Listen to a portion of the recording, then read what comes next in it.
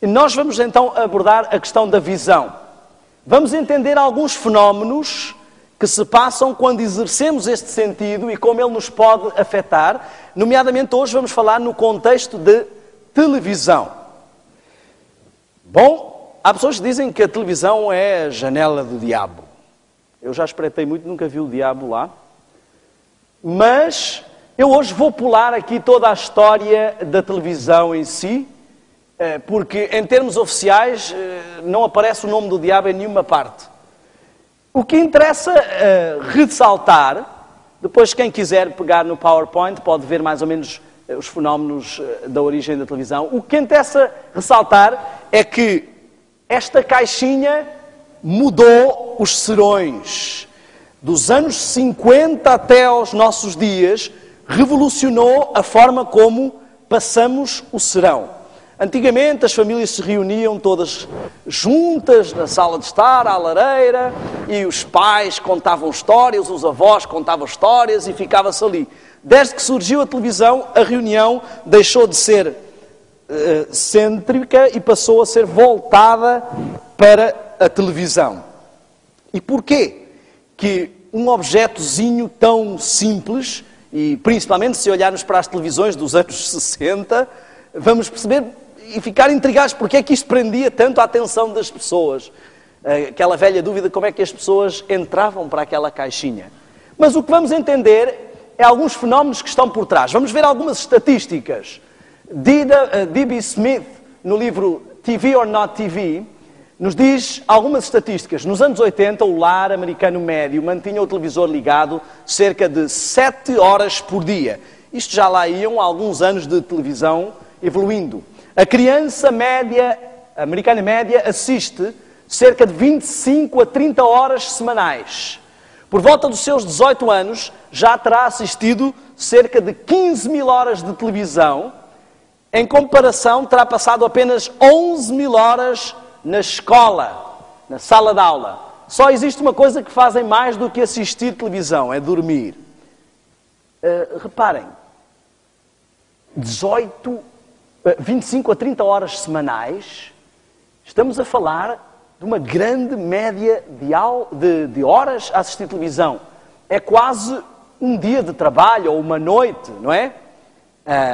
Se formos a juntar este tempo em média. Quem é que aqui já foi à escola? Posso ver as mãos? Bom, uma igreja escolarizada. Quem é que aprendeu a achar a raiz quadrada? Posso ver as mãos? Não baixem as mãos, por favor. Quem é que se lembra? Quem já se esqueceu vai baixar a mão. Só quem se lembra de como se acha a raiz quadrada é que mantém a mão no ar. Estão a ver? Das 11 mil horas que passamos na escola, metade vai-se embora. Algumas coisas nem sabemos porque é que aprendemos. Mas se eu perguntar acerca das 15 mil horas que passamos a ver televisão, talvez alguns ainda se lembrem das últimas palavras de um filme que assistiram já há 15 anos. Ou de uma novela, de como é que acabam as últimas cenas e tudo mais. Porquê? Porquê é que o que aprendemos na escola entra por um ouvido e sai por outro, e o que aprendemos perante a tela parece que fica retido? É isso que nós vamos entender. Quem mantém uma média diária de 3 horas e pouco diante da telinha, ao longo de 50 anos, terá passado 8 anos nessa atividade. 8 anos. E alguns dizem que não têm muito tempo para estudar a escola sabatina e a Bíblia. Imaginem o que não poderíamos fazer espiritualmente com 8 anos dedicados a coisas espirituais. Mas eu queria que entendêssemos alguns aspectos. Eu vou colocar uma questão. Será que isto nos afeta de alguma forma? Será que tem algum efeito negativo na nossa vida? Bom, a doutora Felisbela Lopes, da Universidade do Minho, numa pesquisa sobre questões televisivas, diz que é sobretudo através do olhar e do ouvido que acedemos àquilo que a televisão transmite. Então parece que é só uma coisa relacionada com os nossos sentidos. Mas é igualmente no imaginário, diz ela, eu não consigo voltar para trás aqui com o PowerPoint, mas é igualmente no imaginário que as coisas acontecem. Então ela diz que não pode haver entre estas duas vertentes uma contraposição, mas uma continuidade. Mas, de qualquer forma, o que ela diz é que é assim, não podemos separar o fenómeno que acontece na nossa imaginação, na nossa mente, do fenómeno físico. Ou seja, aquilo que assistimos tem uma interação com aquilo que se processa na nossa mente. E eu queria mostrar algumas experiências que comprovam isso e que me surpreenderam bastante quando, nos anos 70, a experiência de Mulholland, nos anos 70, este homem dedicou mais de uma década a fazer pesquisas sobre interações da mente. Ele fez uma experiência, ele ligou 10 crianças ao eletroencefalógrafo enquanto assistiam ao seu programa favorito de televisão. E ao contrário do esperado, isto é muito interessante, não foram detectadas ondas beta. O nosso cérebro registra vários tipos de ondas, delta, teta, beta e alfa. Então, as ondas beta indicariam uma resposta ativa da mente, como quando lemos ou conversamos. Mas, ao contrário, foram apenas detectadas lentas ondas alfa, idênticas às produzidas em estado de coma ou transe. Eu acho que não era preciso nenhuma pesquisa científica para descobrirmos isto. Basta olhar para alguém que está a assistir televisão. Não é? É a melhor hora para as esposas pedirem aos esposos qualquer coisa. Posso comprar aquele vestido? Podes. Posso levar o teu cartão de crédito? Podes. Para os papás também, os jovens, é a melhor hora. Pai, posso levar o carro? Sim. Após 2 ou 3 minutos, eles se reclinaram para trás e geraram apenas ondas cerebrais alfa. Em 2 ou 3 minutos, depois de estar a assistir televisão, o cérebro já entra num estado semelhante ao de uma hipnose. Outra experiência muito interessante da Universidade de Harvard, o Dr. Barry Hazelton, ele ligou recém-nascidos também ao eletroencefalógrafo sob a exposição de uma luz intermitente semelhante à de uma TV, mas sem imagens. Após 15 minutos, os bebés pararam de chorar e geraram ondas semelhantes às do sono no eletroencefalógrafo, embora os seus olhos estivessem abertos e observar a luz. Não é à toa que os papás, quando os meninos não querem ficar quietos, os colocam em frente à televisão. E parece que aquilo tem um efeito magnífico. Ficam ali calados. Eu fiz a experiência com o Joel, quando ele era um pouco menor, e pulo em frente ao computador. Experimentem, não por muito tempo, mas coloquem uma criança de pouca idade e vão ver que eles ficam, parece que estão ali, num estado de hipnose. Reparem, em 15 minutos pararam de chorar. Não havia imagens, porque às vezes as pessoas dizem assim, não, o que a gente assiste na televisão é que faz mal. Aquilo é que nos afeta. Mas se a gente assistir, não vou assistir coisas violentas e tal. Mas estamos a ver aqui que não havia imagens e estas crianças tiveram a mesma reação ao fim de 15 minutos. Dr. Neil Nedley, um adventista muito conhecido nos Estados Unidos por analisar questões do cérebro, lançou o livro, entre outros, Proof Positive, onde ele vai a fundo sobre questões cerebrais. Ele diz o seguinte: algo capaz de colocar num tipo de transe hipnótico, a televisão, fraca iluminação, luz intermitente, mudança brusca de cena a cada 3 a 5 segundos. Agora reparem neste detalhe.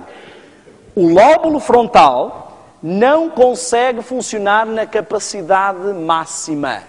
Grava a informação, a visão e a memória e as emoções, mas não analisa criticamente. Temos aqui um caso complicado. Porque normalmente, às vezes, vemos até um filme com os palavrões, não é? E diz, a gente já sabe que isto não é correto. Ou um filme com uma cena um pouco mais, a gente diz assim, não, a gente já sabe que isto não é verdade, a gente já sabe que isto não é correto, a gente não vai acreditar nisto, a gente já sabe. Mas aqui diz que grava a informação, a visão e a memória, as emoções, mas não analisa criticamente. Reparem só no seguinte. Algo de estranho está a acontecer aqui. Quando nós queremos memorizar algo, o que é que fazemos? Repetimos várias vezes. 1 vezes 1, 1, 1 vezes 2, 4, e assim vai. Vamos repetindo até entrar na nossa mente.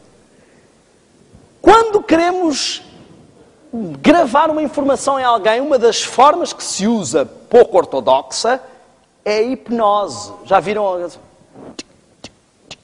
Tu és uma galinha. E a pessoa começa ali a pensar que é uma galinha. Quando estamos em estado alfa, a mente está num estado semelhante ao de transe ou da hipnose. E por isso ela grava toda a informação.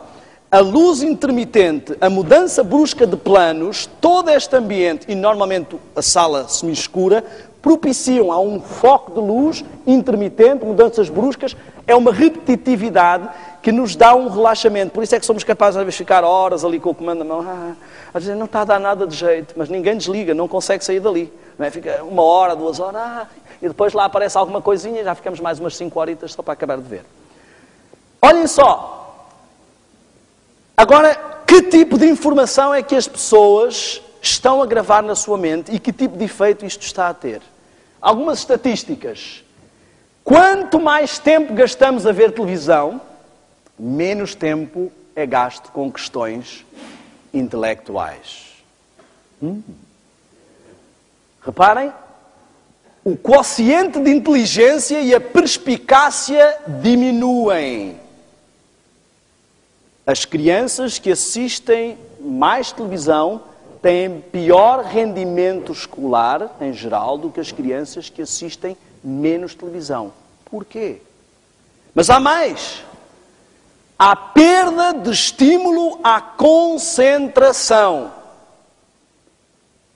Não sei se alguns pais aqui enfrentam o problema dos filhos, parece que não se concentram com nada, parece que estão hipertensos. Há um fenómeno muito interessante.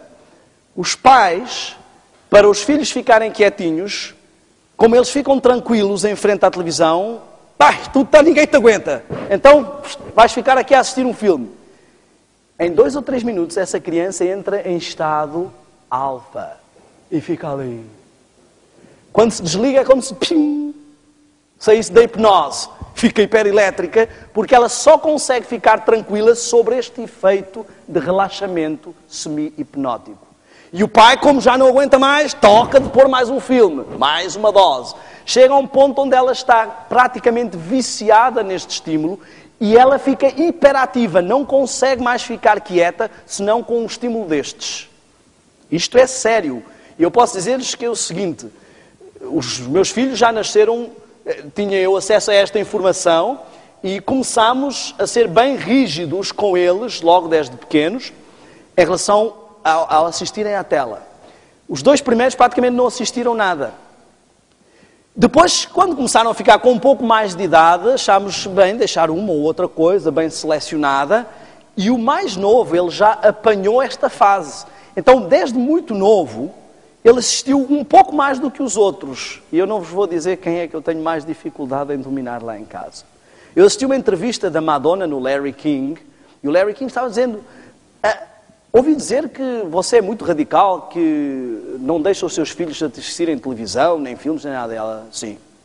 Mas não acha isso um pouco extremo? Afinal, você faz os filmes. Ela disse, eu sei o que é que eu faço e o que é que andamos lá a fazer. E é por isso que eu não deixo assistir. Ele disse, mas não assistem nada. E ela disse, eles nem sequer vão assistir a esta entrevista.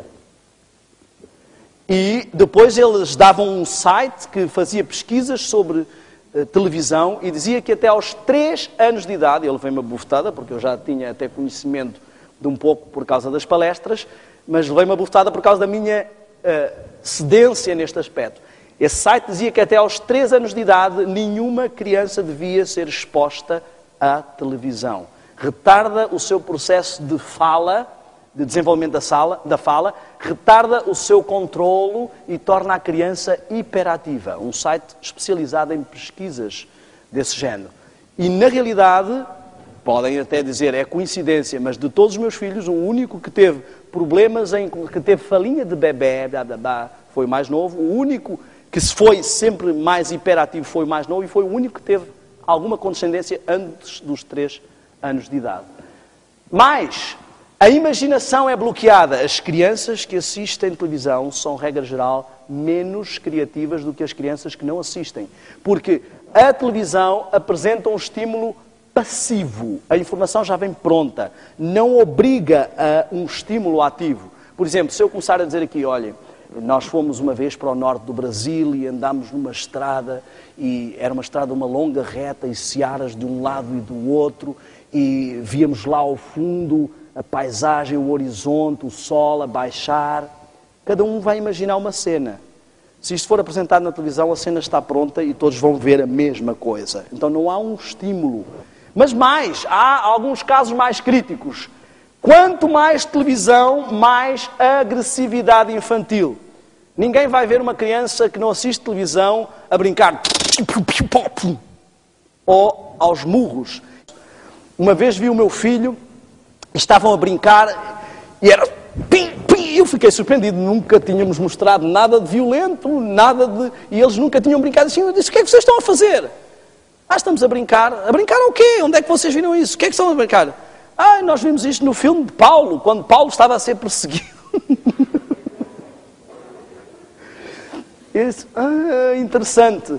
E na realidade, da primeira vez que eles viram esse filme, taparam os olhos e disseram, pai, olha o que é que eles estão a fazer, estão a bater em Paulo, mas Paulo é um homem de Deus, eles não podem fazer uma coisa dessas. E depois, uns tempos, passaram a orar por mim, cada vez que eu saía para pregar, para ninguém me bater, porque às vezes as pessoas que vão pregar... Hipoteticamente, se a televisão não se tivesse sido inventada, haveria hoje menos 10 mil homicídios por ano no ZEUA, menos 70 mil violações e 700 mil assaltos com feridos. Às vezes dizem, não, e que exagero, isto não nos afeta assim tanto. A gente já sabe que aquilo não é correto. Se eu colocar uma arma na mão de qualquer um nesta sala, eu acredito que a maior parte sabe exatamente o que fazer, como puxar a culatra, como trocar o carregador, e nunca ninguém teve aulas de tiro. Onde é que aprendemos? Em estado hipnótico, em lições, nos filmes, nas novelas, naquilo que assistimos. Às vezes as pessoas têm reações que nem sabem porquê, e se forem analisar, são reflexos condicionados criados por aquilo que assistem. Bom, estereótipos raciais e sexuais, um dos grandes marcos da televisão e da mudança da sociedade é que ela condiciona a nossa forma de pensar e muda a estrutura psicológica da sociedade.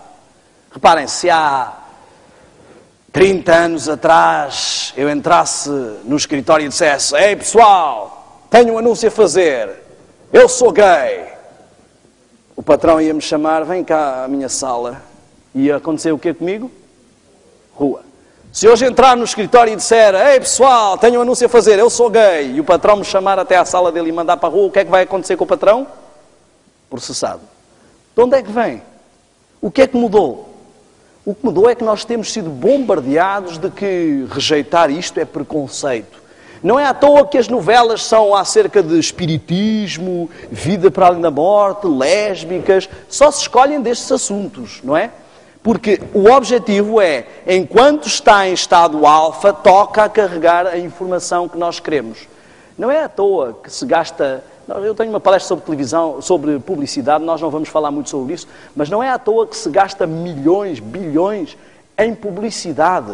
Os publicitários vão dizer assim, não, isto não afeta nada. Mas quando vendem o produto deles, dizem, basta 2 ou 3 segundos e toda a gente vai comprar o seu produto. E não é à toa que o horário nobre, os preços vão lá para cima. Há até uma distinção no meio publicitário, que é o above the line e below the line. Ou seja, tudo aquilo que é nos mídias que têm grande influência, como televisão, ou tudo aquilo que são mídias de menos influência, que são papel e coisas assim. Perda de interesse escolar e pela leitura. Isto é uma pesquisa feita com 650 mil estudantes em 4 mil escolas diferentes. Quanto mais assistimos televisão, menos vontade temos de ler e menos interesse e concentração conseguimos ter. É por isso que hoje em dia a igreja se tornou uma coisa muito monótona. E nos programas de jovens, se não houver aqui alguém a dançar, a oferecer alguma coisa, ninguém vem. Tem que haver interesse, porque nós estamos habituados a hiperestímulos. Reparem, nós somos capazes de ficar até às 3 da manhã a tentar assistir ao final de um filme, mesmo assim já com os olhos a cair para o lado. Mas agora experimentem fazer a mesma coisa com a Bíblia. Eu digo que é a hora que as pessoas mais concordam com o que está escrito na Bíblia. Quando acordarem será 3 da manhã e não se lembram nem que passagem é que estavam a ler, não é?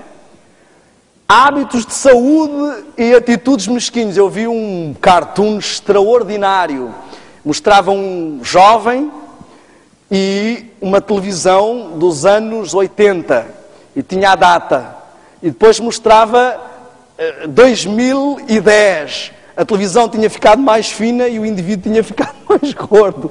Este foi o processo inverso. Portanto, a televisão e a nossa barriga são inversamente proporcionais. Quanto mais fina fica a televisão, mais larga fica a nossa barriga. Porque os hábitos são... Há coisas que estão intimamente ligadas à televisão. O sofá e as pipocas. Ou as batatas fritas. E, em alguns casos, as cervejas ou os refrigerantes. Enfim... Mas eu queria que analisássemos um pouco o fenómeno do que se passa no nosso cérebro e agora é que isto vai entrar no campo espiritual e não só. E vamos entender porque é que isto tem efeitos na nossa vida imperceptíveis e resultados que nós nunca associaremos diretamente à televisão. Nós vamos falar um pouco sobre o lóbulo frontal. Temos várias partes no cérebro que interagem, mas eu queria focar-me no lóbulo frontal, que falava o Dr. Neil Nedley há pouco. O lóbulo frontal, qual é a importância desta parte da nossa mente? É onde assenta todo o juízo, a razão, o intelecto, a consciência, a espiritualidade, o estar ciente, a vontade e o poder de decisão. Ups! É o centro de comando do nosso ser. Se vocês fossem o diabo, eu sei que alguns quase que são, não é? Terríveis. Mas se vocês quisessem dominar alguém, sabendo que o lóbulo frontal é o centro do comando do domínio do indivíduo, por onde é que começariam? Eu queria que vocês prestassem bem atenção a este aspecto, porque nós vamos falar de várias atividades que exercemos com os nossos sentidos e vocês vão ver como a estratégia do inimigo é sempre a mesma. Começa por hipnotizar o lóbulo frontal, pô-lo em estado alfa, em estado de semi-transe, transe semi-hipnótica. Reparem, qual é o principal problema que nós enfrentamos hoje espiritualmente? Queremos fazer as coisas, mas não temos vontade e poder de decisão. Não há sinergia dinâmica para conseguir realizar o que sabemos que é correto. Mas, se formos ao ginásio, todos os dias, vamos ficar com um grande físico. A minha esposa diz que eu fiz publicidade enganosa, porque antes de casar eu era assim, depois de casar eu fiquei assim. Então, se deixamos de ir, o que é que vai acontecer com todos esses músculos? Não sei se vocês já viram fotografias de Arnold Schwarzenegger na praia. Bom, não quero denegrir ninguém, mas o que eu quero dizer é que as pessoas que param de exercitar, tudo aquilo vai se transformar em não tão musculado. A mesma coisa acontece com a nossa mente. Se nós passamos muito tempo numa atividade que não estimula a sua dinâmica proativa do lóbulo frontal, do centro do comando, reparem, aqui é onde assenta o juízo, a capacidade de avaliar o certo e o errado, a razão, o intelecto, a consciência e a espiritualidade. Quando Deus comunica conosco, isso acontece no lóbulo frontal. E onde podemos tomar decisões, o que faz a diferença entre um ser mais inteligente e um ser menos inteligente é a diferença entre o seu lóbulo frontal em relação ao resto do cérebro. Quanto maior o lóbulo frontal proporcionalmente ao resto do cérebro, mais inteligente a criatura. O ser humano é o que tem a maior proporção. E aqui é onde está o poder de decisão. Se passamos muito tempo a manter em estímulo nulo esta parte da nossa mente, ela não vai ter a dinâmica que nós queríamos. Mas agora eu queria mostrar algo ainda mais interessante. Não sei se vocês já ouviram falar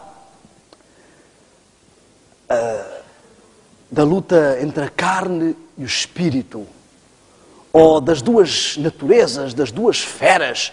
Se eu alimentar uma, a carnal, ela vai ganhar a outra. Se eu alimentar a outra, ela vai ganhar a uma. Não é? Então, eu queria que nós entendêssemos um pouco do que se processa. Nós vimos a parte racional e agora vamos ver um pouco do que tem a ver com a parte física, hormonal e emocional. Estes dois órgãozinhos, o tálamo e o hipotálamo controla as excreções e as glândulas, bem como os hormônios, a citação é brasileira, e o tálamo é o posto de intercomunicação de todas as emoções, sensações e sentimentos.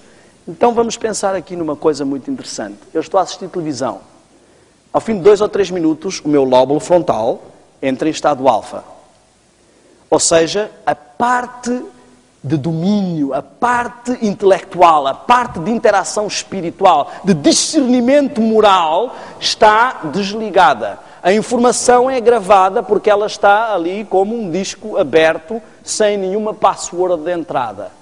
E ao mesmo tempo eu estou a assistir a cenas que estimulam o meu tálamo e o meu hipotálamo, estimulam todo o meu sistema límbico, estimulam as minhas emoções. Se eu estou a assistir a um filme de ação, uma perseguição, o policial, aquelas coisas todas, o meu corpo está todo cheio de adrenalina. Ou seja, todo o corpo está em ação dinâmica, o tálamo e o hipotálamo estimulados, a produção de adrenalina, mas a mente está... Se eu estou a assistir a um filme romântico, eles chamam romântico aqueles filmes bem pesados de sexo, se eu estou a assistir a um filme desses, eu estou a produzir hormonas sexuais, o meu corpo começa a ficar cheio. E depois o que é que acontece com o jovem? Ele passa muito tempo neste tipo de atividades. Houve aquelas músicas, yeah, baby. Houve aqueles filmes, assiste a estas coisas. Está sempre a produzir hormonas sexuais, adrenalina, e está sempre a atrofiar o seu lóbulo frontal. Meu amigo, ele pode até vir para a igreja, ouvir dizer que não deve praticar sexo antes de casar. Pode tomar as duchas frias que quiser. Mas ele não tem autodomínio.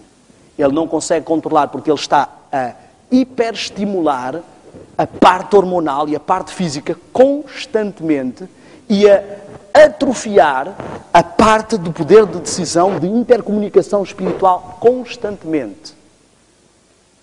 Ele vai para a igreja, ouve essas coisas, quer pô-las em prática na sua vida, mas ele está dominado. Reparem, temos então uma guerra entre o lado racional e espiritual, também diria, e o lado sensorial e emocional. Deus quer de nós um culto racional. Oba! Então vamos atrofiar o lado onde Deus quer o culto. Deus quer que nós dominemos as nossas paixões, os nossos ímpetos carnais e corporais. Oh, então vamos hiperestimular. É basicamente isto que a televisão faz.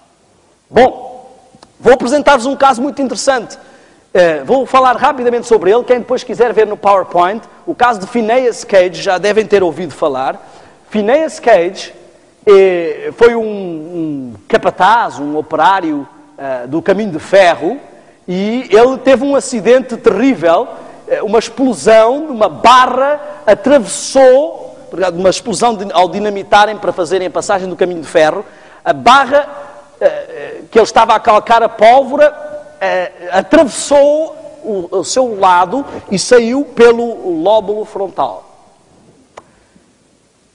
O que aconteceu foi que este homem sobreviveu, ele não morreu, mas algo aconteceu. Houve ao acabar de recuperar, além de ter perdido grande parte da massa cerebral, um homem outrora amistoso, agora se mostrava irascível. Diz que perdeu a capacidade de... Ele era muito organizado, planos muito bem organizados, perdeu a capacidade de fazer planos com o futuro, era imediatista em tudo, tornou-se irritadiço, dizia agora palavrões, e quem começou a estudar este caso foi o conhecido professor António Damásio, que ele determinou que as reações cerebrais desencadeadas por estados emocionais distintos podem afetar a nossa mente, e determinou também que há partes do nosso cérebro que têm influência no controle das partes espirituais e morais.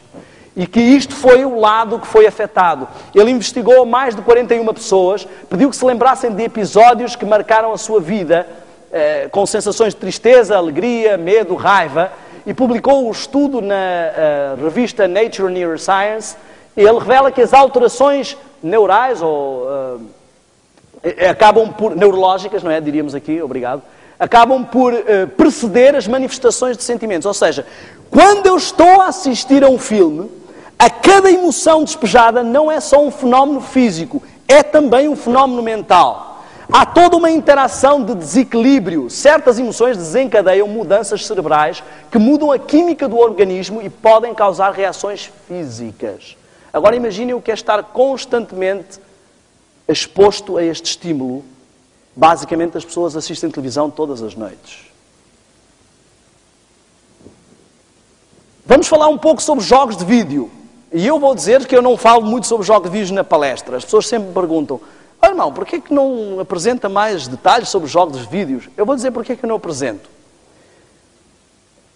Quem já comprou um jogo de vídeo, já leu a informação que está na parte de trás, porque é obrigatório por lei escrever lá. Diz assim: este produto pode causar epilepsia. Se começar a notar espasmos ou reações estranhas, pare imediatamente de jogar e consulte um médico.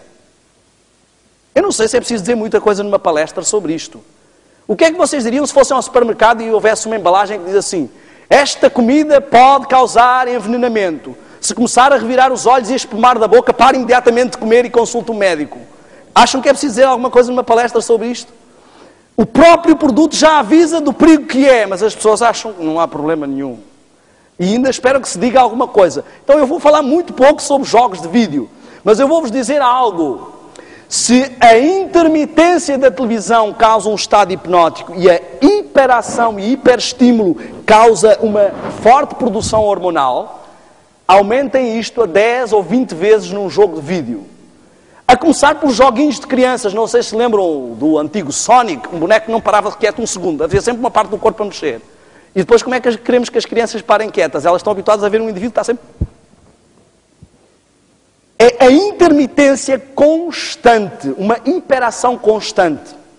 Mas, no estado hipnótico, temos aqui uma experiência do Dr. Sanjay Gupta. Ele é o médico, um dos principais médicos da CNN. Ele fala sobre jogos de vídeo violentos e ele explica como as partes do cérebro que interagem com a realidade e a fantasia sofrem um desequilíbrio nos seus estímulos e começa-se a misturar uma coisa com a outra. As pessoas sofrem estímulos fantasiosos, mas que são tão fortes, tão realistas, e hoje em dia os jogos são 3D puro, não é? Tudo muito realista, para não falar das pessoas que usam máscaras de 3D, realidade virtual e aquelas coisas todas. Chega a um ponto que não há percepção. Isto também acontece a um nível um pouco menor com a televisão. Não sei se já repararam, mas as pessoas têm a tendência de transpor para a vida real o que veem nas novelas. Ai, vizinha, eu acho que o meu marido está com outra. Ai, é? Olha, faça como a Joana da novela, ponha-o a dormir no sofá que ele vai aprender lição. São coisas do mundo da fantasia. E as pessoas transportam para a realidade como se fosse a lição. Nos Estados Unidos, uma das coisas que a gente reparou é que os polícias, parece que estamos a ver um filme. Transportam para as pessoas se comportam no dia a dia como se estivessem num filme. Elas vivem aquela situação. Não sei se já aconteceu, não deve ter acontecido porque aqui os namorados não brigam e os esposos e as esposas também não brigam. Mas se já aconteceu convosco, sabem o que eu estou a dizer. Numa briga de namorados, vocês sem querer tiveram uma reação. Mas porquê é que eu fiz assim? Às vezes são reflexos tão gravados na nossa mente, nesse estado alfa, e nós não sabemos, temos reações. Eu vi uma cena terrível que aconteceu com um amigo meu. Ele diz que vinha na estrada e um indivíduo, alguém atravessou-se no trânsito. E atenção que eu sei que isto parece uma história daquelas do Brasil, mas isto aconteceu em Portugal. E o indivíduo saiu do carro furioso e com uma arma e disse: o que é que tu fizeste? E apontava a arma e toda a gente a puxá-lo para um lado e para o outro, e a mãe e a filha a gritar: pai, tem calma, tem calma. E de repente o homem começou a acalmar-se. Ai, o que é que eu ia fazer? Desculpe lá. Desculpe, tal. As pessoas depois perguntam-se como é que acontecem casos como Columbine e entram jovens na escola e matam toda a gente. Como é que isto aconteceu? Como é que aconteceu? O que é que estas pessoas estão a assistir? Lixo entra, lixo sai. Aquilo que nós alimentamos a mente é aquilo que tem que sair. E ele fala então sobre a perda da noção da realidade e a mistura com a fantasia. Então o que nós temos, se representássemos graficamente, é que o estímulo intelectual, de discernimento, espiritual, de força de vontade e poder de decisão é diminuído ao máximo, e o estímulo das coisas físicas, hormonais, carnais, é aumentado ao máximo. Eu acho que não preciso de falar sobre televisão, basta que olhemos para a programação. Eu já experimentei várias vezes, às vezes vou pregar a lugares distantes, fico sozinho em algum lugar e estou num apartamento que tem televisão ou no hotel e eu vou fazer uma experiência. E ligo a televisão. E não dá para assistir, honestamente, 5 minutos. Honestamente, 5 minutos. Claro que se estivermos muito absortos naquilo, nós não distinguimos, mas se estivermos a olhar com sentido crítico, são 5 minutos e começa logo, há sempre alguma coisa. Até nos horários infantis é perigosíssimo. Às vezes, no intervalo de um programa infantil, vem um anúncio de um programa que vai dar à noite. E as crianças ficam logo ali bombardeadas. Eu quero dizer-vos que eu sou apaixonado por televisão. E eu sei que há pessoas que dizem assim, não há problema termos televisão em casa, desde que a gente saiba controlar e assistir com senso. É por isso que eu não tenho televisão em casa. E eu acredito que deva ser assim, que deve haver pessoas que conseguem se controlar. Ainda não conheci nenhum. Mas quando eu conhecer, eu vou comprovar que existem pessoas que conseguem dominar a televisão. Normalmente são as que não gostam nada dela é que conseguem dominar. As que gostam têm muita dificuldade. Agora eu queria que entendêssemos algo muito importante. A lei de Deus, que representa o caráter, onde é que Deus quer gravar a sua lei? Ele diz assim em Deuteronômio 6. Temos aqui alguns erros, depois para corrigir, a versão nova já vem com correções. Estas palavras que hoje te ordeno estarão no teu coração. Domínio sobre o emocional. Tu as inculcarás a teus filhos e também as atarás como sinal, marca, na tua mão e te serão por frontal entre os teus olhos. Ou seja, a forma como Deus grava a sua informação, o seu caráter, a transformação da nossa vida, é no centro de comando do nosso ser. Ele quer que a sua lei esteja impressa, seja o modelo comportamental e entre os teus olhos, ou seja, tenha um domínio sobre o que vemos, tenha um domínio sobre o nosso ser. Interessantemente, eu queria que entendessem algo muito sério. Porque é exatamente aí que o inimigo quer gravar o contrário da lei de Deus. Olhem só, pensem só. A lei de Deus representa o seu caráter. Deus quer gravar no centro do comando do nosso ser um modelo comportamental semelhante ao dele. E exatamente aí, em contraposição, o diabo quer gravar um modelo comportamental oposto ao de Deus. Existem muitas pessoas preocupadas se o sinal da besta é um código de barras, se é um 666 na testa. Já até ouvi dizer que é o www da internet, porque é V1, 666, que é o 666 dos cartões de crédito, do código de barras.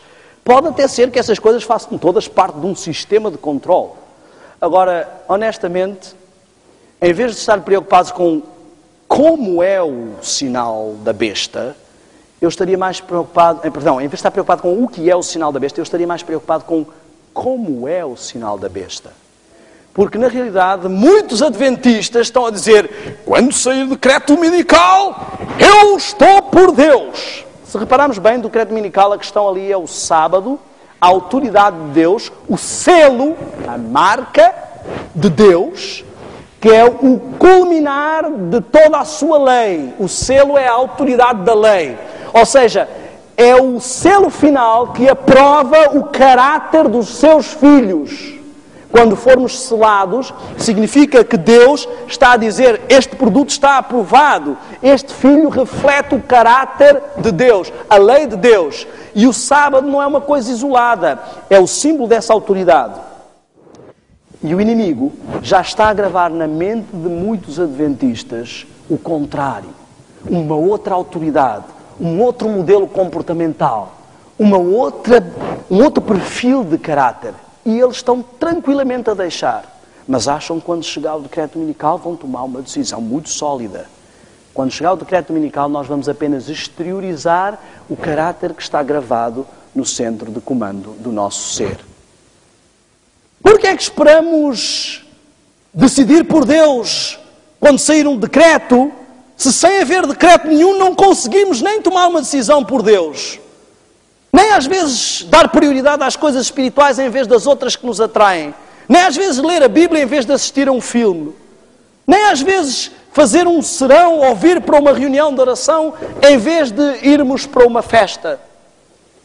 Mas quando sair o decreto dominical vamos tomar a decisão. Meus amigos, na realidade o inimigo já está a gravar o sinal da besta na mente de muitos. No final ele só consumará esse ato. Reparem, quando Deus quer gravar na nossa mente, no lóbulo frontal, não roubarás, Ele grava em estado hipnótico alfa na nossa mente roubos perfeitos. Onde Deus quer gravar na nossa mente não matarás, Ele grava em estado hipnótico crimes violentos. Onde Deus quer gravar não cobiçarás, Ele grava inveja e ciúme. Onde Deus quer gravar não mentirás, Ele grava um mundo irreal da fantasia, da mentira. Não adulterarás, Ele nos mostra sexo sem limites. Não dirás falso testemunho ou palavras vis, é o que Ele nos vai gravar. Não terás outros deuses, Ele faz com que este objeto se torne um Deus e que as coisas que Ele apresenta se tornem os nossos modelos e ambições. Metade das coisas que ansiamos, das dívidas que temos, daquilo que buscamos, surge dos mundos fantasiosos que são criados na nossa mente. Eu arrisco a dizer aqui, sem medo algum, que 90% dos casamentos destruídos podem agradecer à televisão. É criado na mente do homem um modelo feminino que ele vai perseguir, esquecendo maquilhagem e Photoshop. Ele vai perseguir aquele modelo. E muitos homens estão infelizes com o corpo da sua esposa, com a intimidade da sua esposa, porque criaram uma fantasia na sua mente que não conseguem atingir. E as mulheres ficam à espera que venha aquele homem no cavalo branco, todo gentil, que abre a porta do carro e aparece um homem no cavalo preto que é um brutamontes. E elas ficam frustradas. Criam mundos que são realidades que não existem. E nós perseguimos essa realidade. Eu não estou a falar contra ninguém. Eu estou a falar de mim mesmo. Eu vivia correndo atrás do vento, como diz Salomão. Atrás de uma ilusão de fantasia, de felicidade, de momento, de prazer, de bem-estar, de algo que eu sei que existe. Saímos dos filmes inspirados por isto.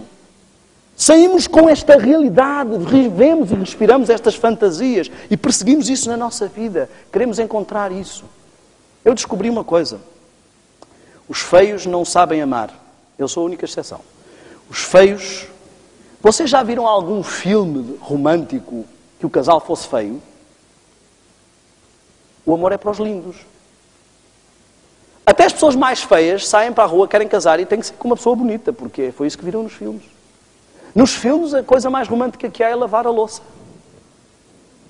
Tu é que lavas a louça sempre lá em casa? É briga lá em casa. Hoje lavo eu. Não, hoje lavo eu. É assim, não é? Mas nos filmes aquilo é maravilhoso. É uma realidade fantasiosa. Os jovens casam-se a sonhar com um mundo que não existe. A televisão, as novelas, o cinema criaram uma norma.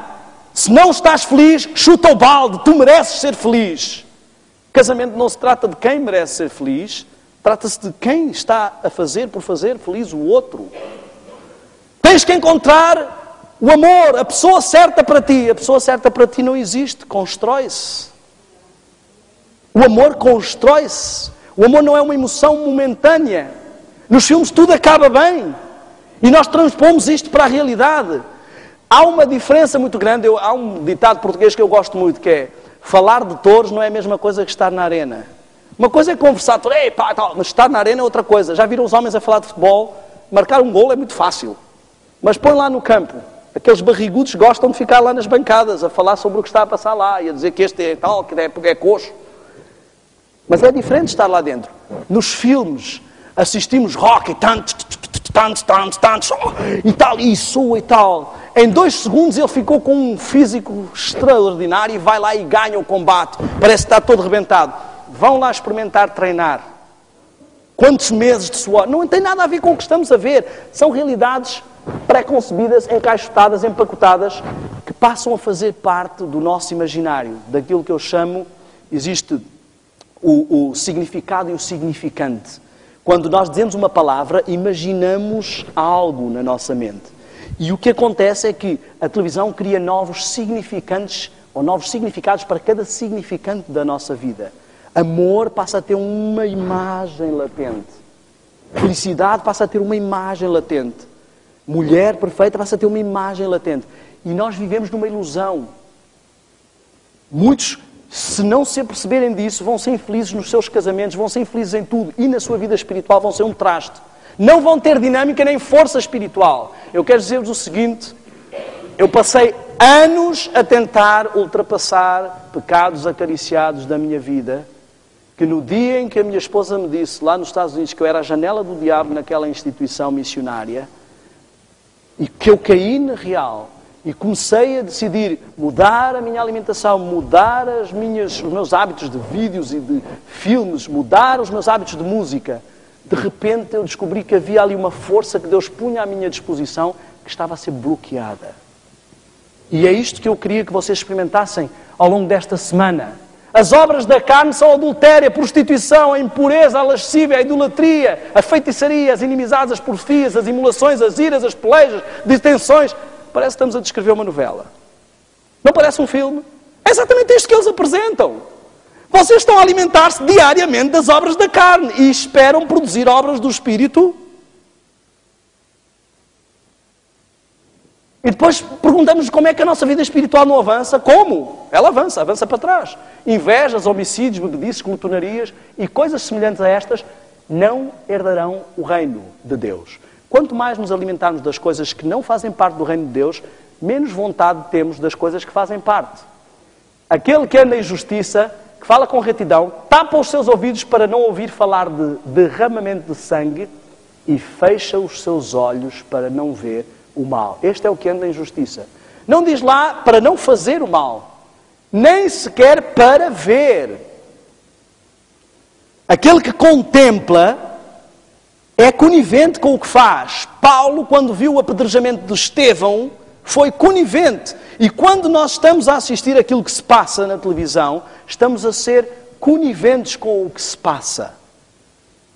A candeia do corpo são os olhos, de sorte que se os teus olhos forem bons, todo o teu corpo terá luz. Se, porém, forem maus, o teu corpo será tenebroso. Se, portanto, a luz que em ti são trevas, quão grandes serão tais trevas? Como é que está a luz do seu corpo? O que é que está a alimentar? Se o teu olho te escandalizar, arranca-o e atira-o para longe de ti. Não é preciso tanto, basta atirar a televisão. Se ela te está a escandalizar, ai, que fanatismo, deitar a televisão fora. Eu prefiro entrar no reino do céu sem televisão e ser um fanático de ficar do lado de fora, por ela me levar e arrastar e alimentar de forma negativa. Meu amigo, isto é a coisa mais normal do mundo. Tens um câncer no pé, não vai dizer assim, mas o meu pé, eu amo o meu pé é lindo, eu quero o meu pé.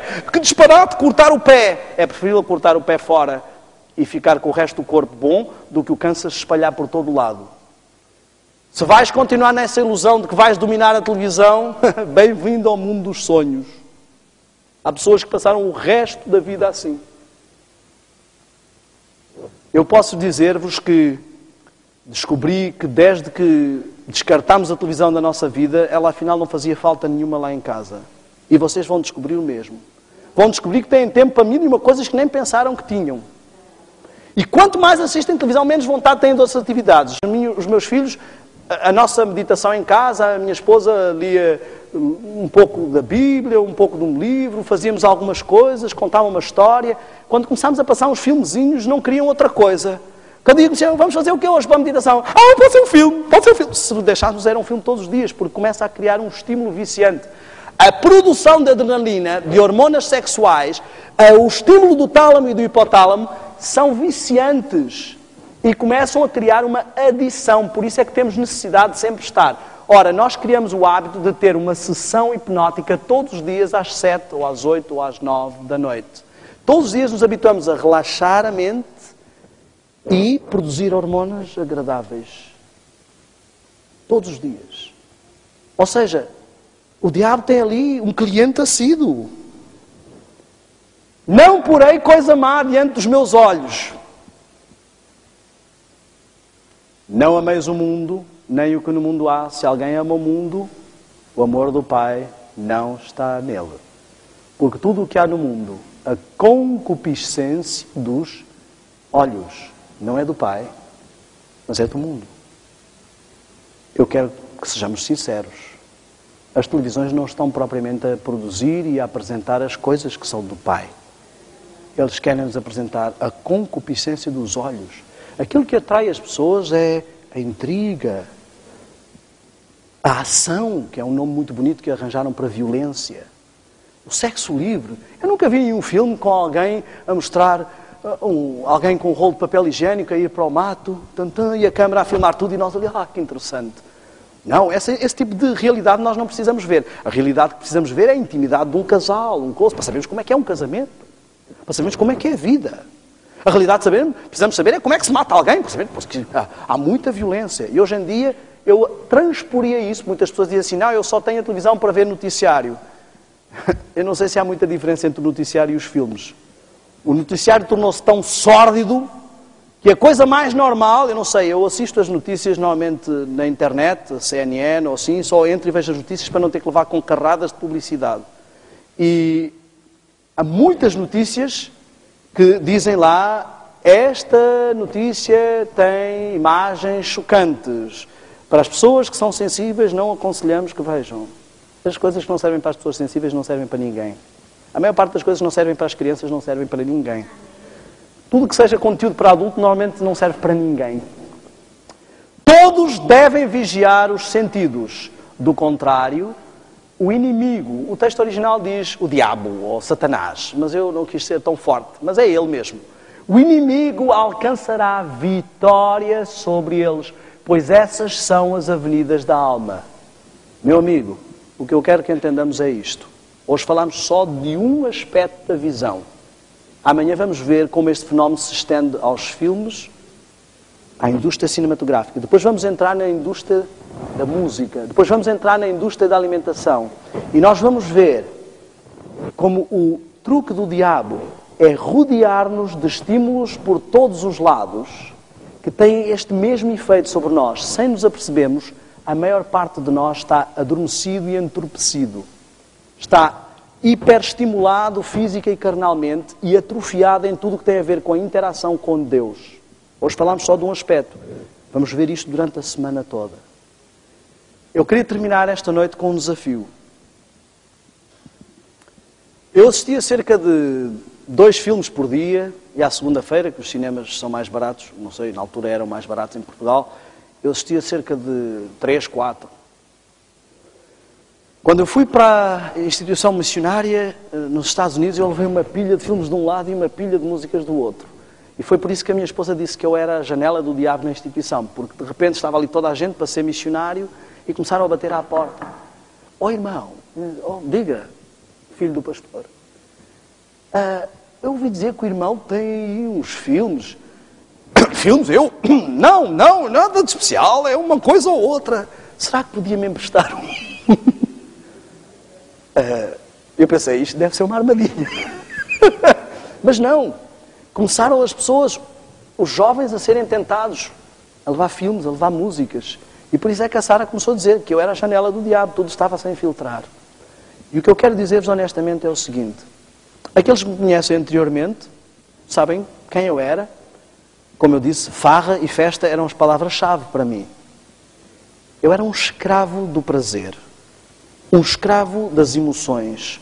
Um escravo das sensações. E só houve possibilidade. Eu orei por 2 anos a pedir a Deus que me usasse e usasse a minha área profissional para a sua obra. E por 2 anos parecia que Deus não respondia. Eu dizia, Senhor, estão-me aqui a oferecer e tu não me aproveitas. E no dia em que a Sara disse aquilo, eu entendi. Como é que eu posso trabalhar para Deus e trabalhar para o diabo ao mesmo tempo?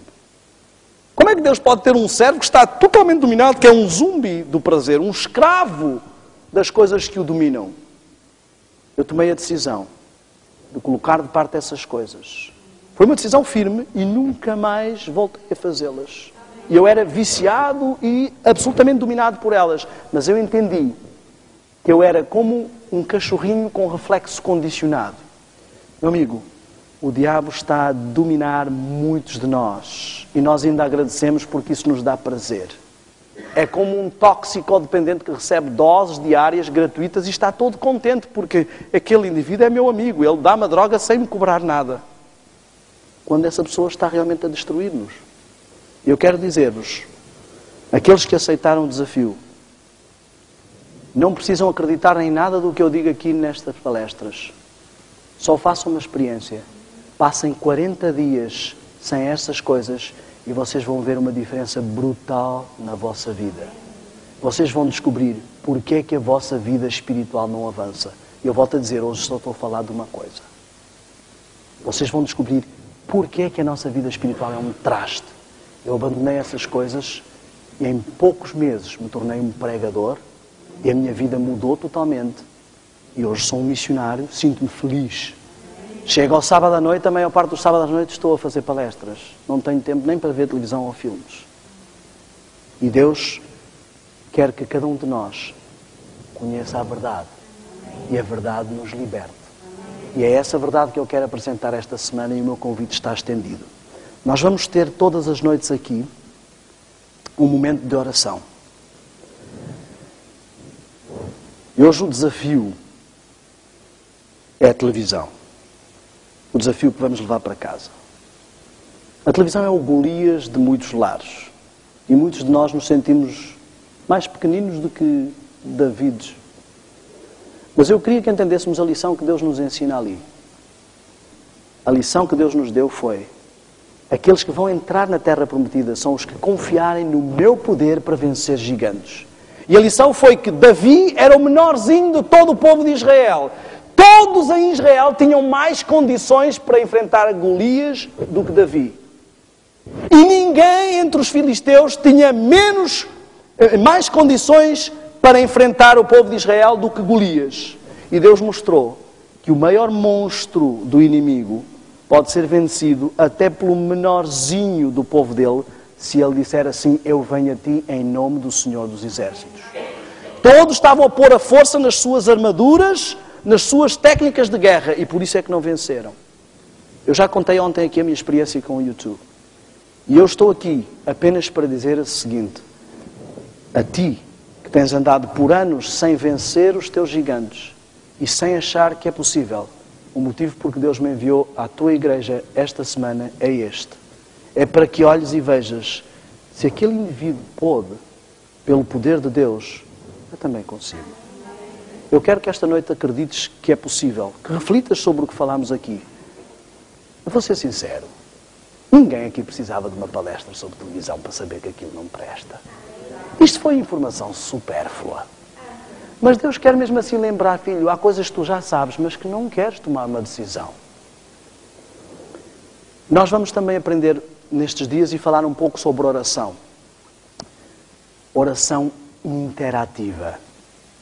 A maior parte de nós pede e nada tem porque não sabe pedir. Porque pede para gastar nos seus deleites ou não sabe realmente como pedir. Nós vamos aprender a pedir e ver a resposta. Hoje vamos apenas exercer uma coisa do pedido. Amanhã vamos falar sobre como é que Deus responde ao nosso pedido. Visto que não ouvimos às vezes vozes, nem vem nenhum anjo para dizer nada. Hoje vamos falar sobre algo. O exercício da fé. E eu preciso que cada um de nós acredite que é possível vencer o seu gigante. Pode não ser a televisão. Pode haver outra coisa que te domine. Podem ser os jogos de vídeo. Se não acreditares que é possível vencer o teu gigante, realmente não é Salomão diz, assim como o homem acredita no seu coração, assim é. Então eu queria que hoje tu exercitasses uma oração de fé. Deus está a mandar aqui um ex-viciado em televisão para te dizer que é possível. Pode ser qualquer outra coisa. Eu era viciado em muitas outras coisas que vocês vão descobrir esta semana.